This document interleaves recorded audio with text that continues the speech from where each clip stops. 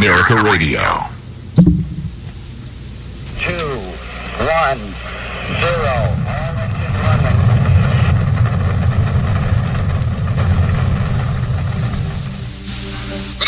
Concerned about that now. I just want to do God's will. And He's allowed me to go up to the mountain. And I've looked over and I've seen the promised land. I may not get there with you, but I want you to know tonight that we as a people will get to the promised land. I'm going to step off the limb now. So I'm happy tonight. I'm not worried about anything. I'm not fearing any man. Mine eyes have seen the glory of the coming of the Lord. That's one small step for man, one giant leap for mankind. People will return to the people, and so long as men die, liberty will never perish. Soldiers, don't give yourselves to brutes, men who despise you, enslave you, who regiment your lives, tell you what to do, what to think, or what to feel, who drill you, diet you, treat you like cattle, use you as cannon fodder. Don't give yourselves to these unnatural men with machine minds and machine hearts. You are not machines, you are not cattle, you are men. You are men. You always told the truth. I've always tried to. We've seen rage and violence directed at American embassies over an awful internet video. The next day, within 24 hours, you had a conversation with the Egyptian Prime Minister.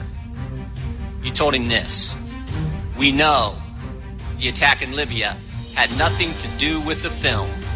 It was a planned attack, not a protest. She lied to me. She told me it was the fault of the video. And to think that she has a shot at being our president, crooked Hillary Clinton. We can't let it happen. If I win, believe me, make America great again, and it's going to be greater than ever before. We have a chance to be greater than ever before.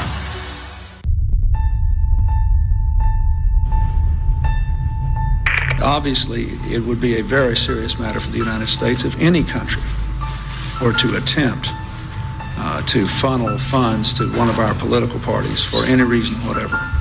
Regularly takes in money from foreign sources. That's a threat to our democracy. Also potentially troublesome development for Hillary Clinton. Clinton Foundation accepted millions of dollars from 7 foreign governments when Hillary Clinton was Secretary of State. Saying that foreign nations have donated to the Clinton Foundation. Algeria was lobbying the U.S. at the time. I read the news today. Oh boy. Taking donations from foreign countries, including the United Arab Emirates, Saudi Arabia, and Oman. John, what in God's name are the Clintons doing? Encountering some new ethical concerns tonight. Taking money again from foreign governments. I think many people were shocked. The appearances are awkward at best. This is a potentially catastrophic move for Hillary Clinton. Millions of dollars from foreign governments. This isn't just the appearance of a conflict of interest. It's a real conflict of interest. That's not how our democracy operates. Tell all the other curs the law's coming. You tell them I'm coming, and hell's coming with me, you hear? Hell's coming with me! The United States. This is America, Jack. We're Americans. This is the power of suggestion. The ultimate gala spectacle. You want to hear the truth? Yeah, I want to hear the truth. The truth is, Its cruel symptoms can strike anyone. That's all I'm going to say at this time. What creates an extraordinary life is an extraordinary mindset. Now that I got your attention, listen to this. Let's go! We're now in the approach phase. Everything looking good. Control is good. 5, right, copy. 3, 2, 1. Okay. The Wayne Dupree Program. Ladies and gentlemen, welcome to the Wayne Dupree Show. I'm your host, Wayne Dupree, here on War Radio. We are America Radio. We are America Radio. Ladies and gentlemen, we are broadcasting audio tonight For those that are looking for video and looking for what God has given me, we are doing audio tonight and for the rest of the week. The reason is because we had to ship out our camera. We had to ship out our. Oh man, did I just? Holy crap! Yeah. Well, this is. I think I just messed up. We had to move our stuff to Cleveland so that we could, because on Monday, we're doing the live video from Radio Row, and we're doing that. So we're happy to have you here with us tonight, and I hope that you like the new graphic there. That graphic is from our graphics guy that is in Cleveland right now. But let me introduce my group here, all the way from the West Coast, Miss Camry Nelson. What's up, Cam? Hey, good evening. Glad to be here. What's going on with yourself? Oh, man. Just getting ready. Actually, starting to get prepared for my long haul. Are you packing? This weekend. You packing? I am packing. Okay. All right. You packing. That's all I want to know. I'm packing. Okay, I got half my stuff done so far. Okay. And then we have Mr. Cole McNeely, the Millennium Falcon of the group. He, you can check him out on ColeMcNeely.com, and glad to have the millennial of the solar system here. What's up, man?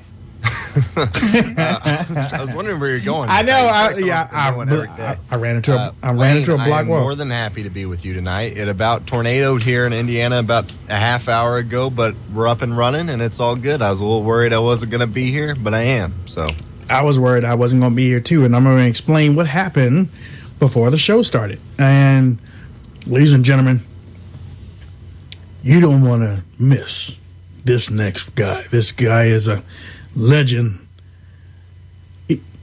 He's just a legend. Mr. Hutch Bailey Jr. What's up, Hutch?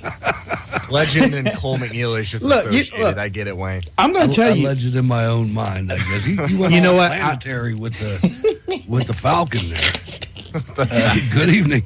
Good evening, Cole and Wayne and Cam, and especially if I was to the RSBN, right, moderator. Right. Yes. I'm sorry. I mean, if y'all would have known what just happened. Oh yeah, what just happened was the worst thing that could ever happen before a radio show. There was a Windows update, and I don't know. This thing acted like it was updating for the last 50 years. I mean, it was like 3%. 4%. I was like, really? Now, Gates? Really? I mean, right now? You got to do this right now. So, ladies and gentlemen, I do apologize. And I mean, Hutch and I were in the military, so we know lateness is, if you showing up on time, you late.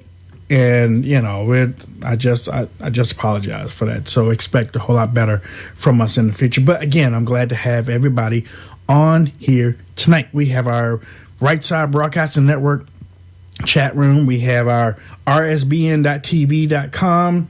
We have that chat room. We also have the Spreaker chat. We got people talking in different places. One of these times we're gonna have to bring y'all all under a tent, and Cam is gonna fix dinner for you. Right, I'd love to cook, so it's my pleasure. As long as y'all like Southern food mixed with a little bit of spice and Hawaiian, I'm down. That Southern food is comfort food. What's wrong with you? Sure is, and it ain't healthy. Not one bit of it at all. It ain't supposed to be. I'm still on the right side of the dirt, and I love some sausage gravy now. Come on now. And I can make that out of bacon fat grease. Woo, Lordy. This is getting real. Do y'all eat scrapple? I have eaten it. If you ever eat scrapple, ladies and gentlemen, do not look in the ingredients. Just don't look in the ingredients. Just eat it, right? Just eat it. Syrup on it. Just enjoy it. And that's all I can say about some scrapple. Hey, Cole, you ever had scrapple? You ain't too young. I have not had scrapple from that description. It sounds like I will never, ever have scrapple in my entire life. You're not too young to have scrapple. It's pretty good. Yeah, it is good. Fried up. It has to be fried. You got to cook it. Very well fried. Yes. We got fried gizzards in Texas. I don't eat gizzards though. I like gizzards too. I don't need no gizzards. I mean, come on, rattlesnake bites. Nope. Crocodile tail. Nope. Gator tail? Nope. Rat toes? Nope. What? Nothing? What? What did she say? Rat toes? Nothing with a rat. I ain't eating no rat. What's wrong with you, Cam? You bringing a rat onto the show? Come on, Dustin's like laughing. Let's go to Razoo's, Dustin. I know Angie will understand. I ain't eating no rat. I see a rat on the Democratic side, but I ain't eating one. Right. You know. And now I have had squirrel. Come on, y'all. Fried squirrel tastes just like chicken. The problem with squirrel is the way it looks before you cook it. It looks like a rat. So that's basically all it is. It's a rat with a bushy tail. And look, Marie55 in the RSBN chat room says scrapple is delicious. See, she knows. She knows. You slap that scrapple on. She's probably from Lebanon County, Pennsylvania. Yeah. There we go. All right. And Dan. I don't want to get that. Dan Tegemeyer. Hey, this is the best place so far. Wayne Dupree Show. Hey, thank you, Dan. I appreciate that. Compton 2952 says, "Don't mess with Texas." Ladies and gentlemen, we are the Wayne Dupree Show, and we talk everything. We talk everything from politics to news to politics to entertainment to news to politics, and and food. Yes, we do talk food. And but one thing that we are focused on right now, that is the GOP convention. We're focused on Donald Trump. We're focused on what he's doing and where he's going. We are with him. We want to fix this country together, and we know he's the best person for it. We know he's the best person for it. I'm telling you. And we're glad that all of you are tuned in to listen to us, give our opinions, and call out the people that are trying to stop this movement. And one of the people so dear to my heart, love her dearly, and she gives some of the best hugs that anybody could have. But I'm glad to have her on here tonight. She's a Trump surrogate. You've seen her battle liberals on TV. You've seen her also in front of the Tea Party. She's a warrior. She's a fighter. She's my sister, Scotty Nell Hughes. What's up, sis? Wayne Dupree. Hey, I have a question for you. What you got? I know you're sitting here and you're working. And by the way, hello, everybody else out there. Thanks for having me back on again. I know everybody else who might be packing right now and getting ready for the RNC next week. If you are a Trump supporter, if you're a Republican, or if you realize what our current situation is going up against Hillary Clinton, you will join me in saying that I'm not fighting the Never Trumpers or the anti GOP nomineers anymore. I'm done. I'm literally going to look at them on set if I get questioned by them and like, why are you still talking? I'm done with you. Because I cannot have any more of my brain cells or my energy or my nerves. There's not enough Botox in this world. I have already spent 1 year dealing with these folks. Mm-hmm. I am done. My whole focus these days have got to be just like yours, Wayne, against this Hillary Clinton machine. That's it. That is rough. That's all. And I'm not going to give them any more attention. They're right. like spoiled children yeah. who lost. They're crybabies. Yeah. Put them in their room. Give them a spanking. Some of them I don't want to spank.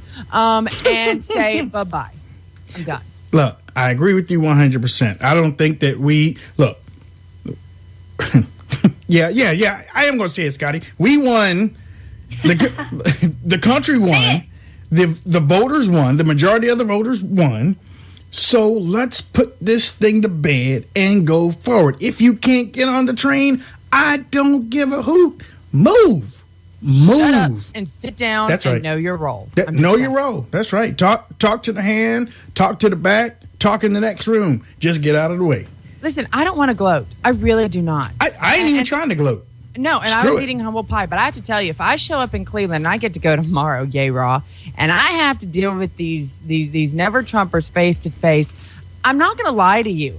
Thursday night after the vote, I am going to look at them and go, booyah, and I am going to just wear Trump head to toe, and I am going to be the most obnoxious Trump train rider because they have driven me nuts. I had Rich Lowry today make me into an adverb. An adverb. What did he say? I am now an adverb. What did he say? I didn't even know he was good. I didn't even know Rich Lowry knew who I was. We've debated once or twice, but come on, it's Rich Lowry. And he wrote in Politico, and I started getting tweets going, why did he have to sit there and make his case but bash you? What did you do? And I'm like, I don't know. He made the quote, he said in his Politico article that went out today, that of course Chuck Todd and all the other liberals thought was the most amazing creative thing. Christie has advantages, no doubt. He was the leading edge of GOP establishment submission to Trump. He has shown a willingness to prostitute himself to the mogul and to defend the indefensible, making himself the Scottie Nell Hughes of GOP office holders. What does that mean? I'm an adverb. I'm sorry. At least show me the proper respect of making me a noun, but not an adverb. Sounds like somebody needs some wall-to-wall counseling. I'm just saying. Let me introduce Cam Nelson from California. Hey, she just needs to keep talking, man. No, actually, I'm really excited because we talked about this, Scotty, this morning on the show. Okay, we can talk about it after you introduce everybody because Wayne said something this morning. My brains have been spinning on it every single day, and I think we've got the woman to start the movement. I'll just wait until our next little segment here, but and then I'm all fired up now. I'm going to mute now. Look, welcome to my world. They wish there was a mute button. The world wishes there was of mine. They rejoice when I get laryngitis these days. We also got the Millennial Falcon here, and the reason why I call him that is because you're introducing me to guests that way too, Wayne. Great. Scotty, thanks for coming back on. My name's Cole McNeely. I didn't even get to say the name. Okay, all right, whatever. Han Solo. And you guys there. are like multiplying because like every time I look at the screen, there's a new name popping up. I mean, congratulations, guys. Sean Hannity said that too. How many people do you have on your show? And then he cut off my question. Sorry. That's the worst part. Yeah. All right. He's just jealous of your posse. You have your own posse. Thank you. I have my posse. But yeah. Right. Okay. So and then we also had Mr. Hutch Bailey Jr. Good evening. Did you ever heard of people like named Sam or Chris or Bob? Well, actually, my name is Bob, but I'm going to keep my radio name. I want to thank you, Scotty, because you came on the Wayne Dupree program when it first started. You've been with us ever since, and we just truly appreciate you when you keep coming back. Thank you. You know what? It's kind of like, I enjoy the flogging. I've got this really sick sense of humor, but you guys are a good flogging. It's one of those, it's like, yes, thank you, sir. May I have another? I go on CNN and it's like 8 people coming at you and they don't give you lashes. They also, make you pretend like you actually like it and you really don't like it. But anyways, okay. So we have a lot to talk about. We have a lot to talk about. The first thing is, I hear that they have added the wall into the platform of the GOP, which is good. Which is it's in there. But I'm not talking about Never Trump tonight with you. I'm not doing it. But I do want to talk about the possibility of things going crazy next week. We're only a few days out. So many, it seems like the media is drumming up once again something to happen. Even if something might not happen, they want something to happen. They want something to happen, and they keep on pushing these stories out. Friday is supposed to be a day of rage. Sunday night.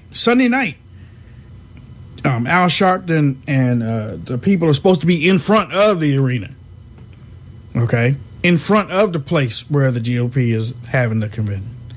What the hell is happening? They obviously don't know what Wayne Dupree does with protesters. I'm sorry. I'm like you, Wayne. It's the Andrew Breitbart in all of us. It's like, ooh, protesters. It's like Christmas. I ain't going nowhere. Especially with things like Facebook Live. I get like giddy at the thought of it. It's like Christmas. This is what they want. And the good news is that Cleveland's in the middle of nowhere. Nothing against this city, but it is the armpit of America, if anybody's listening from that city. They're not prepared for 50,000 people to hit. They've already had to open up one of their parks for people to camp out in, aka protesters. So, first of all, so you're going to have people, if they even get there, good luck. And then once they're there, the only problem is they're going to be so angry because they haven't taken a bath in 3 days and haven't had food. I know you didn't. I mean, we're just like stirring the hornet's nest here. So the good news is they're going to stink so much that hopefully they'll knock each other out before they even get to our whiff. And the media, God bless them. I love how, this, once again, I give this total John Boehner. I show him all love for this one. At least they're incorporating. They're like, oh, look, social, online media has taken over. We want to make them a part of us. So we're going to go over across the street and build in a parking garage and put up walls. Okay. And then also, security for this parking garage when we have, let's see, Black Lives Matter, the KKK, the African American Defense League, the Bikers for Trump. I mean, I'm sorry. Part of me, in a very sick way, just wants to bring out my tailgating chair, my Big Gulp, and my popcorn and just kind of watch this whole thing, how this is all going to collide. The Big Bang Theory is going to happen. Yeah. Yeah, something's going to happen. It's going down. I know that for dang sure. We were talking about something this morning. It's kind of been brewing on my brain. I almost got in front of the computer, Wayne. You would have been happy if I filmed today. All right. But we were talking this morning that where in the heck are these women? Where are the women that are in government? Where are the women that are on television that have the ability to go out and go after Hillary Clinton? We were talking about it this morning, and I was like, this is the easiest freaking campaign ever, you guys. We've got Hillary Clinton with a laundry list the size of Texas, and we don't have women standing up and coming out after her on television. What's going on? Because they had to build a list of 20 of them against Donald Trump. That's where that women listed. No, that's the thing is they want to sit there and paint, and we have not gotten back to the round of let's make Mr. Trump be sexist. That I imagine that'll hit in about 3 weeks again. That's the next rotation for it. As you've noticed, there's the cycle of hate that the liberals throw at him. We have he hates homosexuals, then we have he hates the diversity, then he hates. I mean, next thing you know, he's going to hate grannies with poodles. No, you're right about the women that get out there and speak, but you also have to realize it's not necessarily our choice anymore. It's been interesting to watch the narrative, and I'm saying this as a CNN contributor and having to deal with it. The narrative changed so much that during the primaries, there was a lot more opportunity for women to be out there speaking because we were going against each other. Republican women, we were fighting each other. We had 17 candidates. We all had our favorite. Now that we're going up against Hillary, if the producers don't give you the airtime, then you're kind of mute. And if you're looking at a lot of these panels right now, it's not. And if you look at Trump's surrogacy team, the majority of them are women. Yet, if you see them, you see the weaker males. No offense that I see. No, they're weak. No. And I'm going. Sexist, and they'll be saying if the women are sexist, like where's the Nikki Haley? Like, where are they? We don't need her. And let's pick the choice of it. And that's the problem is that we're our own worst enemies here. And Governor Jan Brewer put her on anything and everything you can get that woman on, and yet they don't put her on. Fox News will put her on, but it's very rarely that I can see her. I've seen her on some of the Sunday morning shows. Jan Brewer is fantastic. But unfortunately, these other women, I don't know if I don't know what their idea is, but they feel like they still have to pay to the establishment. And I'm sorry, if you are a congressman, a senator, and you think that because you're a Republican that you're going to be in trouble in your district because Donald Trump's at the top of the ticket, with his engagement numbers being as high as they are, I would check your own voting record because obviously the people have an issue with you, not with Donald Trump. No, and I am tired of that excuse. The whole premise that if you back Donald Trump, you're going to have a problem with an election is just nonsensical. If you look at the demographics that this man has garnered, I mean, almost everybody in normal America knows that there's a problem and knows that Hillary Clinton's not the solution. Now, you mentioned about Cleveland. I will say one thing because I come from a city with much the same attributes as Cleveland, a city that used to be great and used to have 1 million people, and now we have 300,000 in Pittsburgh. Don't underestimate the Cleveland Police Department. They're going to make sure that everything is right. Trust me on that. But I want to talk, Scotty, on something that has been developing with you. You were actually on with Pierce Morgan in a Guns in America town hall, and you managed to parlay that into something so good. Could you tell the listeners about what's going on with you. I mean, you made a tremendous leap at CNN, and I think everybody needs to know it because you're one of us. Oh, absolutely. And I think, and I've gotten a lot of criticism from both sides because at the same time they're doing this boycott CNN movement, and I understand because I'm frustrated a lot when I watch the programming as well. I get it. I understand that. The problem is if we're going to expand our base, we have to not be afraid to go into it, and we have to be a light in the darkness. As a woman of faith, I am commanded to do that in the Bible, and this is my mission field. And if we continue, and I love my time at Fox, I love my time at Fox Business, nothing but respect for everybody there. I would beg sometimes for some of those interviews these days because this is tough. But you have to, they're going to go out there and you're going to find it next week. And you're right. I did start off with Piers Morgan. It was my first out there, and it was 7 men on there. I was the only female on a hand-picked audience of 150, and the only one that was pro Second Amendment and had to face the parents of the Sandy Hook shooters, victims 2 weeks after Sandy Hook. Very rough, very tough time. But what I realized from that is that if you're strong, if you're convicted, if you know your message, you can, with the truth on your side and knowledge on your side, you can go up against anything. Now, there's some ignorance that will never, ever listen to what you say, and they're just going to throw hate with you, and you just have to put them, in their own little special place, their own safe space. But the rest of the world, if you can actually engage, when I told somebody, if I can take the hate that comes out of joining, there was definitely pushback on both sides with CNN.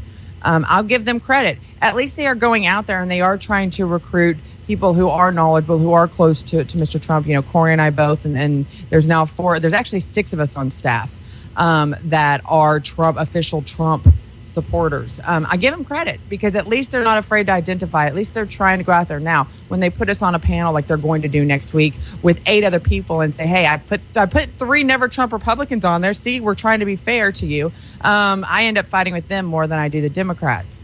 But I think that the key is we cannot be afraid to go out to those areas, to go out into the MSNBCs, to go out into the Media Matters, the Mediaites. We cannot be afraid. They want to bully us into being quiet and silent and sticking with our own so that we make the general public think that we're the minority. That's how we got into this position in the first place. We were allowed to be convinced that we were the silent minority.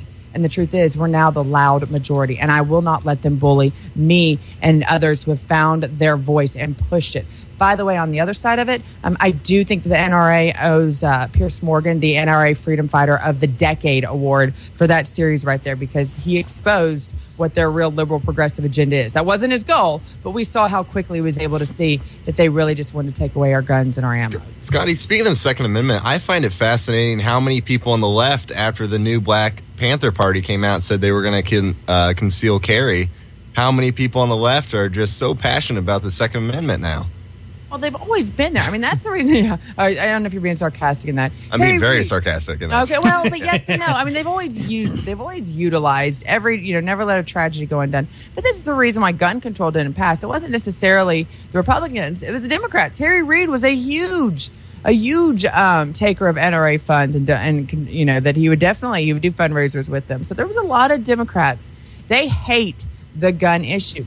What they're hiding it with, though, right now is they're saying, if we took away the guns, it would stop these mass shootings. It didn't work in Chicago. Evil still gets their hands on guns. You're just going after the legal citizens. I mean, if you're going to go in there and you're going to shoot up a school, I doubt you're checking to make sure that you have the right concealed carry permit to walk in the building. That's the issues that they try to do here. And I think this is something that we need to continue to push and fight the narrative. The lies that we're hearing about gun control and these polls. 98% of people in America believe we should have more restrictions on it. Yeah, I believe there should be. But my restriction is I believe that if you're on a terrorist watch list, you should not be able to buy a gun. Right. I don't believe that we should sit here and form a list of everybody who wants to buy a gun shell. And they just group it all together. It's the same kind of BS, no offense, that they're feeding us about the Black Lives Matter and the minority groups right now. And I'm done with it. And I have to tell you, and I hate to take it to this direction, but I'm kind of beefing myself up for war in the next few days because Don Lemon has been just on the outright. He has been very illogical in all this. Yeah, she is illogical. You're right. What is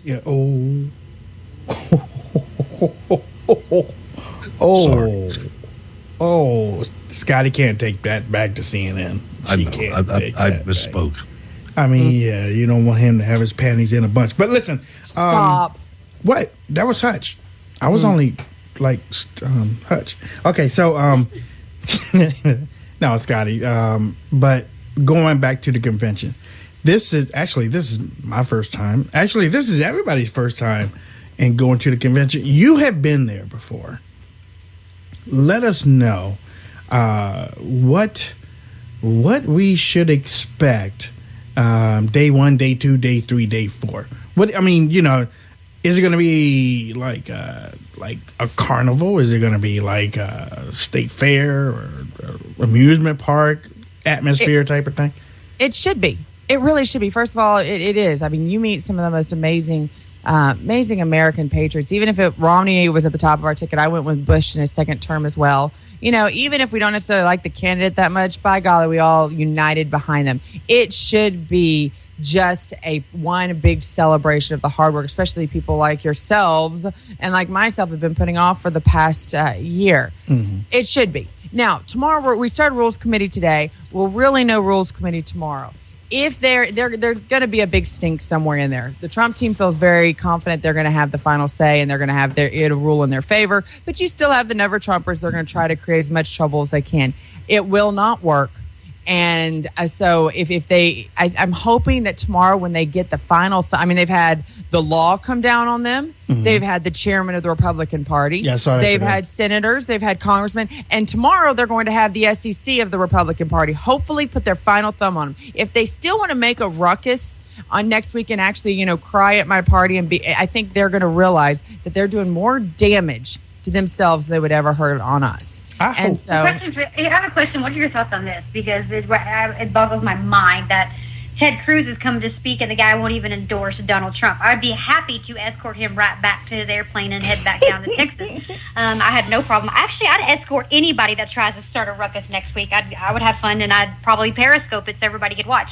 But what do you think about Ted Cruz coming up and speaking next week when the guy won't even endorse the nominee? What's the point of it? Well, I think unfortunately he was going to have a spot anyways just because of the number of delegates that he had there. So I mean, it was more of a customary. Mr. Trump offered it to him. Now I'm sure he could have fought it, but I think by the way the rules stand right now that he was going to get offered. So let's look a little kumbaya-ish. And that being said, I don't want to look kumbaya-ish. But let's at least look like we're all getting along. That being said, if he gets up there and he says one thing that in any way they can use as a rallying cry behind them, and he looks bitter, then he might as well kiss his bid for 2020 away. I don't care how many PACs that he forms like he's done in nonprofits, because there's 10 million people, and we are there on whenever, I think he's speaking like Tuesday or Wednesday night. We are there that night not to celebrate him.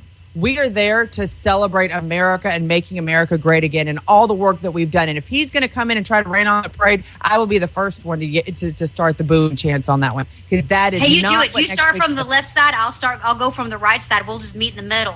Oh, honey, there's never anything left about me. So I guess we'll close. No, even if I know. But even if it's the left side of the stage, it's still right of right. Okay, there's no left at the RNC.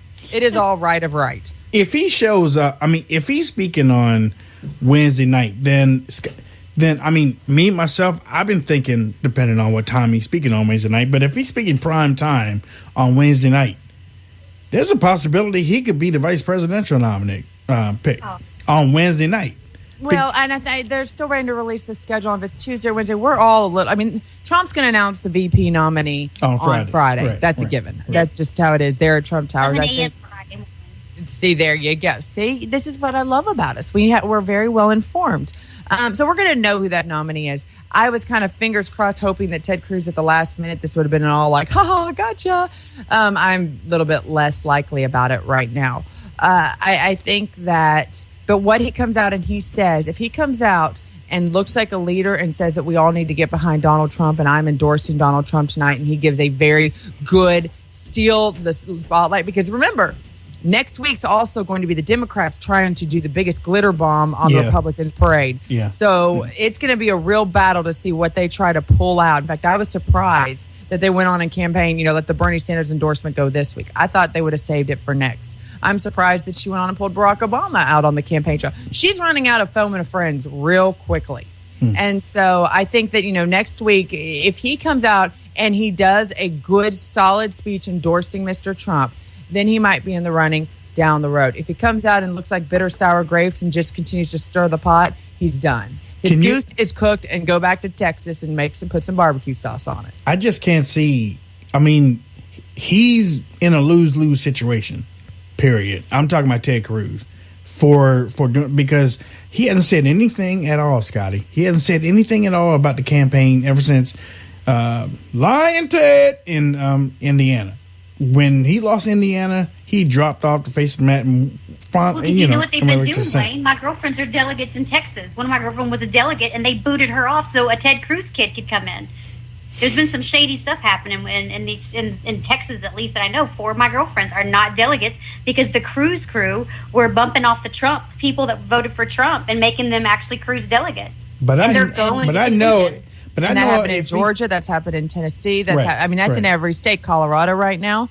And that's why we have to watch and see what happens tomorrow, and why these whips of our party, talk about House of Cards, have been really working hard these last 48 hours. Now, I will tell you, here's a little insight. My husband's a delegate, and just magically, my phone number is his contact phone number. So today, when I got the phone call from Unbound Delegates, calling and said, "Hi, it's Chris Hughes there," and I went, "No, I'm sorry, it's not." Or I said, and they said, "Are you a delegate?" And I should have lied. I'm sorry. I would have taken it up with God down the road. I was like, "No, I'm sorry. My husband is." They're like, "Oh, we were just calling to see what your feelings were of how you were going to vote." And I went, "You sons of a guns, you're going around and you're polling delegates." Now, anybody else would have thought, would have just been like, "Okay, I'm a tattletale." So I immediately ran to the Trump campaign and said, "I just want to let you know they're calling every delegate right now trying to do a poll. If they come back and realize that they are well below where they should be, you're going to see it get squashed, and you're not going to have much of trouble tomorrow. And this is just going to go real smoothly because they're not going to create this upheaval and slit their own throats for the future." And I'm hoping that's what Ted Cruz has realized. Well, I mean, I just think for a person that hasn't said anything and has really sort of kept his base as small as they are, but has kept his base to where it is. If he steps on stage and says anything positive about Trump, they will leave him. If he doesn't say anything good about Trump, he will be hurt in 2020 or wherever. And he might even be hurt in his Texas run. So that's why I say it's a lose-lose for him for even taking the position. And it's a lose for Rubio because for a while there, I was like, you know what? When he said he was going to run for Senate, hey, great. I'll back you now, boy. I mean, you learned some stuff. And then all of a sudden he came out against Trump and he was going to the convention, and now he's not going to the convention. I was like, you know what? I ain't supporting him. I ain't supporting Rubio. Wayne, I've never supported Rubio and never will. But, Scotty, I want to know, what do you think about the vice presidential pick? Who are you looking at, and what do you think that Donald's going to do? Gingrich. I'm very, very confident that it's just, my little crystal magic ball, that it will be Newt. I think that would be a fantastic choice. I really do wish they would have looked a little bit more seriously, though, at Colonel Allen West. I really wish he would have been in that running. I'm sorry. I think he would have been the best bet. They're like, well, he's got a couple baggage. Okay, they all do. But I think he would have satisfied, and he is a strong, strong speaker and leader. But I have to tell you, let's just say that Hillary Clinton, decides that she wants Elizabeth Warren as her VP pick. I cannot wait for a Newt Gingrich versus Elizabeth Warren speech. I mean, get your buttered popcorn ready. I can see it now.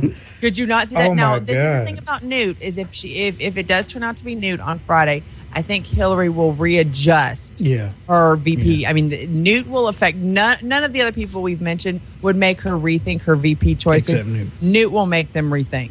Well, she'll hire more lawyers and everything else. If she makes what's her name, Pocahontas, the VP, then when we go and broadcast from the Democratic debates, I'm going to bust out my native gear.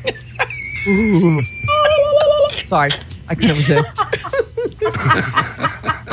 Cole, you got anything? Well, I agree with you. It should be new. I'm from Indiana, and of course, Mike Pence was for some reason thrown into that discussion for vice president. Yeah, somebody was drunk. I'm going to ask you, because you're the expert here, Scotty. I'm going to ask you, what would theoretically Mike Pence even bring to the table? Because I can't see it.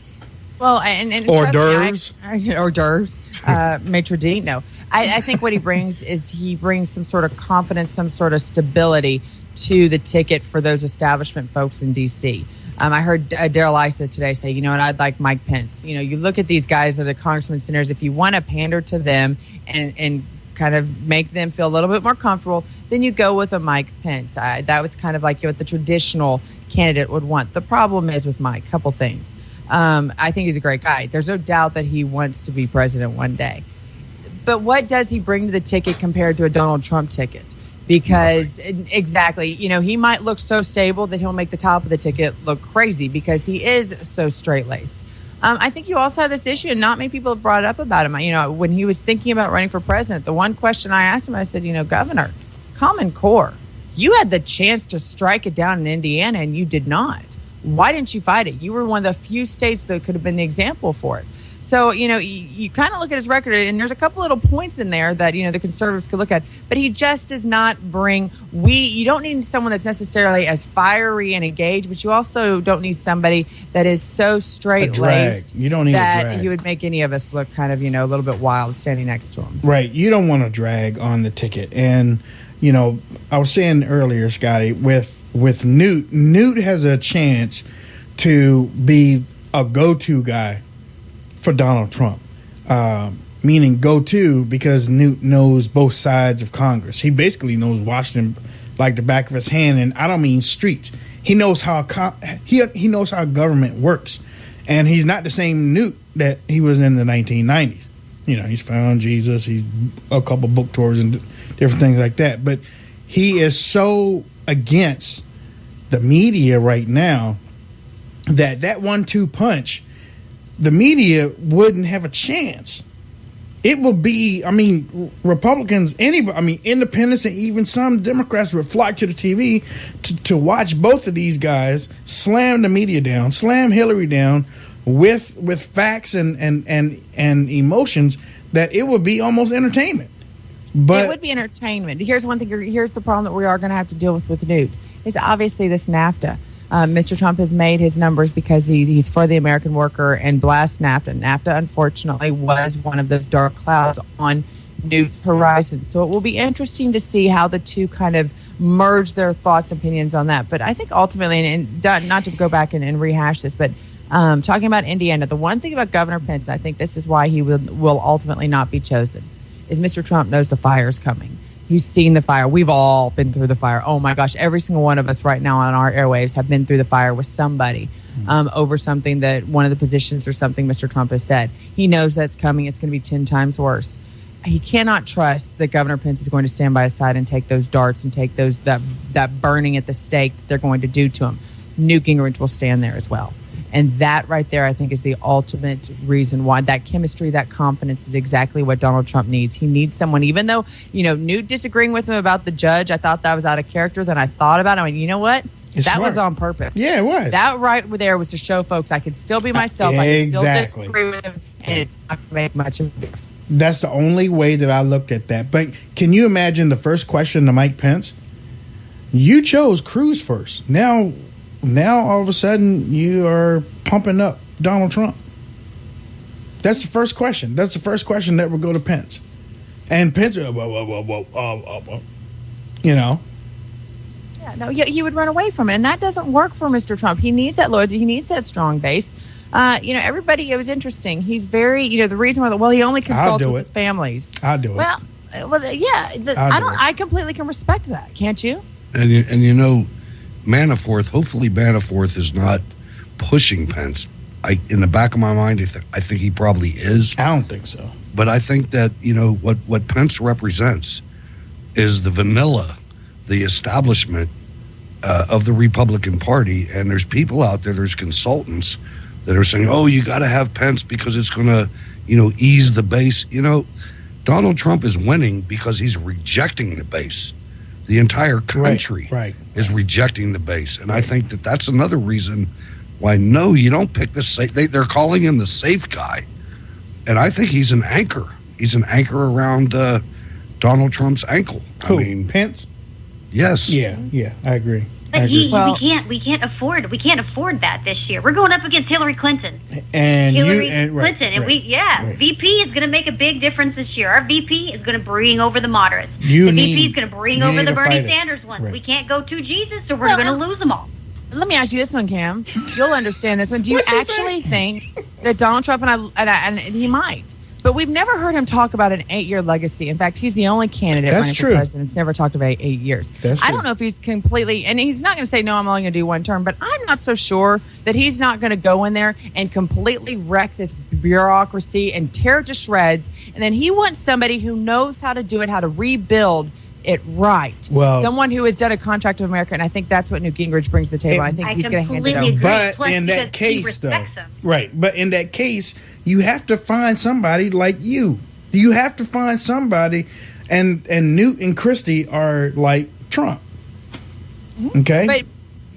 But Newt also knows the law and knows how to build it, and that's what makes the difference. Right, I agree. And he knows that the Supreme Court is not the supreme being in American government. Right.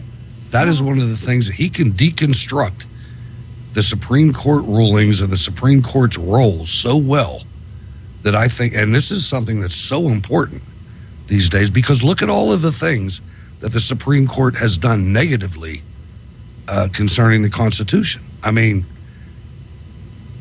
he is I look at him as somebody that looks at everything in a different way.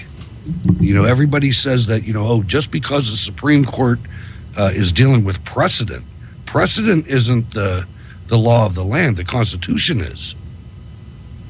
You're correct, and once again, you're making too much sense. We stopped talking about the separation of powers because under this current administration, it is they all kind of do each other's job, and I think that's where Trump is looking at somebody like a Newt Gingrich knows how to bring it back. We've got to talk about learning our roles. Let's talk about how we started this entire show. Learn your role, branches of our government, and I think that's something Trump is going to very quickly put into place. Like, okay, let's actually abide by what's going on. Let me ask you before I let you go, and I don't want to, but we're going to have you at at our table next week.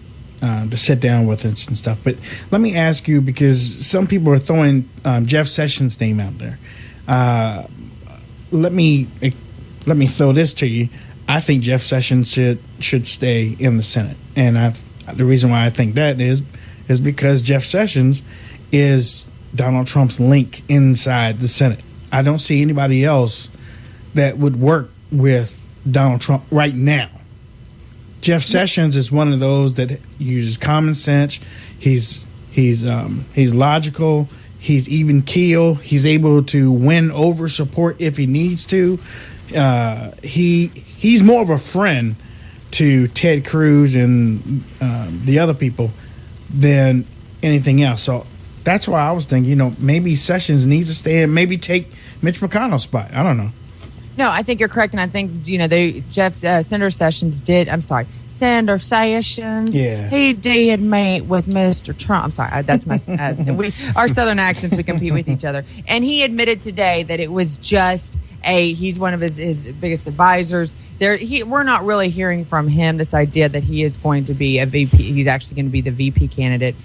He's given him some of his staff. I really think Senator Sessions is just going to serve in the advisor role, and I think you're right. He will end up staying in the Senate. Like I said, Newt. Now, I'd like to say this. I am looking at the current Fox News right now, and some female who's a host on there, not to say her name, says critical RNC Rules Committee meeting on Thursday. Critical. Ooh. They're trying. She's talking about Sweet Cheeks. I know what she's talking about. Wants to be in Rocky movie 3, number 3. That's another one. I invited Rich Lowry to be my date to Donald Trump's inaugural ball next year. I actually did that on Twitter tonight. I think Wayne Dupree needs to take Megyn Kelly to Donald Trump's inaugural ball. I think that should be his date. Yeah, I'd do it. I think so. She blocked me on Twitter, so I'll do it. Well, but I think we should all take somebody, a bitter person, and make sure that we are locked arm in arm in them, and they walk in and they have to say, "Good evening, President Trump." I just want to be there for that moment. You know what? I officially am inviting Megyn Kelly to be my date. I'm inviting Debbie. Well, then you know what? I get Sean then. No, we got to do bitter. You got to find people that are bitter. Bitter. We need bitter. We need someone to take. Jake Tapper. I'll take Tapper. Oh, there you go. There you go. Ooh, Tapper would be good. There you go. Don Lemon. We need someone to take Don Lemon. That's what our recruitment should be. I'll take Don Lemon. I was like, wait a minute. Love wins. Like I said, that needs to be. We need to start a game next week at the RNC. We need to do date a match. Or didn't we have Hannah date? Yeah. We need to have bitter a dates. Yeah. For the inaugural ball, and we need to all start picking out who everybody should take. Who should Ann Coulter take? Oh my gosh, that would be awesome. And Hutch Van Bailey Jones? Jr. gets Rosie O'Donnell. Van Jones. I'm taking Debbie Wasserman Schultz. That's nasty. That's I'm telling you, this could be fun. We should start a website like this, bitteradate.com. Yeah. Well, Megan, come on over. You might have to unblock me to answer, but you get Megan. He's got some Rascal Flats ready to go for you. So you know what, Scotty? That's supposed.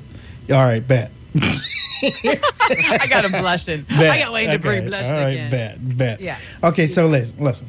We're going to be talking to you in a few days, so be careful. If I make it through the next 48 hours of the Rules Committee, yes, you will be talking to me, or else I will be in jail and you will be bailing me out. You can actually call in tomorrow night if you want to, because if you need to vent, we're going to be right here, so just call in and just let it out, girlfriend. Is that from the Cleveland County Jail? Is that will you take my collect call, please? Just saying, if you get a collect call from the Cleveland County Jail, you will know myself had a good evening. It's a liberal city. They have Wi-Fi in the jail, I'm sure. We'll just Skype straight from the jail cell. That'll be awesome. Well, I'm sure that they hand out those Obama phones in the can, so you know. And somebody said, Wayne, that you're taking Ruth Ginsburg. Look, Scotty. I started it all. I started the rumor. I'm glad you said that. I'm glad you said that because Wayne, at least you're not having a gay affair with Don Lemon. At least you haven't fallen that far. The Falcons' wings got broken. Hey, hey, I get to stay in the CNN hotel next week. I got the text. It is all CNN. We've taken over the entire hotel. I mean, you want to talk about outnumbered. That right there is like, find the one conservative. It's so bad that the EP and the HR director have already told me my room is in between theirs. I think they're afraid for my life. Well, Lord Jesus. Lord Jesus, help me. Oh, there'll be lots of prayers. Okay, before you go, Donald Trump returned to the one. It's not like he's left the person that we know, but he said Ginsburg, mine was shot. He's like, Ginsburg, mine is shot. She ought to resign. That's gold. That's gold, Jerry. That's gold. You know. I mean, this is the same one that insulted the Pope. I mean, he's not. I mean, you name it, he's going to go after you. But you know, and I think a lot of liberals though are very upset with Ruth Bader Ginsburg that she is still on. They were hoping she would actually retire under Obama. What's she waiting so they for? Could get a chance. Well, she's waiting. I don't know. The long nap. Wake up from her nap. I don't know. Okay, all right, great minds. Scotty, how can people reach out? Because before you know it, her nose is going to be touching her feet. No, you didn't. No, that's where her boobs are. All right. Oops, did I say that? I well, broke at least 12 codes of conduct. I messed up earlier, but okay. So, how can people reach out to you on social media? If you want to help me arrange Wayne Dupree's bitter date for the inauguration, look at Twitter right now. Wayne's done a great job of tweeting out or Facebook at Scotty Nell Hughes. But all of you guys, I cannot wait till next week. We will all get through it together. Like I said, get a good sense of humor, get some good sleep, and bring some Red Bull because it's going to be a wild ride, folks. There we go. Ladies and gentlemen, my sis, Scotty Hughes, shall be joining us next week on Radio Row and sitting down with us to let us know what's going on. Scotty, until then, I love you. I love you. So you can call you from Cleveland County Jail tomorrow night. Okay. This is Bernie Sanders. Ring a ding. Okay. All right. Bye-bye. Ladies and gentlemen, that was Scotty Hughes here on the Wayne Dupree Show, and glad that you're with me. Remember, the reason why, for those that are watching on Right Side Broadcasting Network, thank you for hanging in there with us. We had to ship I got it right, our equipment. That would be a camera, Wayne. Equipment. Okay. Yeah, we had to move our equipment. I'm just gonna stop saying the word because I think it's the coffee. Tonight's show is being brought to you by weareamericacoffee.com. But we had to move our equipment to Cleveland. So for the next couple nights, we will be doing this audio. But on Friday night, we're going to take calls tomorrow night. But on Friday night, we have Dinesh D'Souza, who is going to be joining us. Got in contact with him today, and we're going to be talking about his movie that's getting ready to come out in a few days. There's a showing in Cleveland Sunday night. I think that we're going to try to get in there and see Dinesh D'Souza's Hillary's America. But he's going to be here on the Wayne Dupree Show on Friday. He's part of the family here, and we're going to talk about his new movie, what it entails, what's he trying to do, and will it be successful? So tomorrow night we're going to be taking some phone calls. So remember, come back. If you aren't subscribed to the Right Side Broadcasting Network, make sure that you click that subscribe button on YouTube. For those that are on the Right Side Broadcasting Network website, y'all are some of the most dedicated people to stay on the website. But let me tell you something. They have some great stories that you need to share on the Right Side Broadcasting Network website. So make sure you're sharing those stories and getting the message out, because you have a lot of workers that are taking time to write those stories, and they need to be shared. For those that are listening on Spreaker, thank you again. You're our ace buku. You're there. You're there for us, and we appreciate y'all tuning in and hanging with us. Cam, how can people jump on that Twitter, our Twitter family? I'm on Twitter at Cam, KAMVTV. Yeah, how can people get into the Twitter group? Oh, if you guys want to be a part of our Twitter group, it's quite humorous. We have a blast in there. Just go ahead and send me a direct message at CamVTV, and I can add you to our group. So we throw tweets in there, and then when something important is happening, especially when the show's going live, that's when we throw even more tweets in there. So join us on the Wayne Dupree private messaging group. And Mr. Cole McNeely, how can people reach out to you on social media? Oh, you can find me on Twitter at Cole McNeely, and also check out ColeMcNeely.com, or check out WayneDupree.com, and then go to ColeMcNeely.com through WayneDupree.com, so then we both get views. Yeah, tell them the secret again. No, I'm kidding. No, actually, everybody needs to go and check out ColeMcNeely.com. He has a group of millennial writers over there. He has his own Death Star going on over there at ColeMcNeely.com. There's a lot of millennial voices and millennial opinions that you need to check out. So make sure that you support his website also. Hutch Baylor Jr. Hey, Scotty Hughes was with us from the beginning, Wayne. Yes, I know. It's really outstanding that she's still doing well and doing so much better. Oh, yeah. So check her out. But I'm Hutch Bailey Jr. on Facebook, Bird's Eye View on Twitter, SteelCityResistance.blogspot.com. And, wow, good. This is the first time that I'm actually starting to come to grips that we're getting ready to go to this convention. I'm really fired up. Thanks, everybody. Ladies and gentlemen, my name is Wayne Dupree, and I am the host of the Wayne Dupree Show, and happy that you once again are with us. Make sure that, again, you are following us, Wayne Dupree Show, on Twitter, or check us out on Facebook under News Ninja 2012. And until tomorrow night, 9 o'clock p.m. Eastern Standard Time, remember, 202-470-6738. You'll be able to call in tomorrow night. We're going to take some calls. And Dinesh D'Souza on Friday night. So God bless you, everybody. And remember, you have to support Trump like you never have before. He needs your help. He needs you. He needs your fight. He needs your spirit. Because now the game is afoot. We are warriors trying to defeat Hillary Clinton and all those that would stand against us trying to make America great again. Now, and we can't do it with tissue paper feelings. So if somebody is calling you a name, or somebody is going against you, or somebody is trying to slam you, or somebody is trying to brush them off. Brush them off. The country is more important than your feelings right now. You knock on your neighbor's doors, you knock on your community doors, you hand out flyers, you do anything that you have to do. But we have got to win this fight in November. There is no tomorrow. There is no tomorrow. There is no other candidate. This is it. If somebody else was in this place right now, then we would be supporting that person. I know most of you would. But this Donald Trump needs us. He needs you. So do everything possible. Everything. That's something that I just wanted to say because I didn't want to let that get past without us at least addressing that.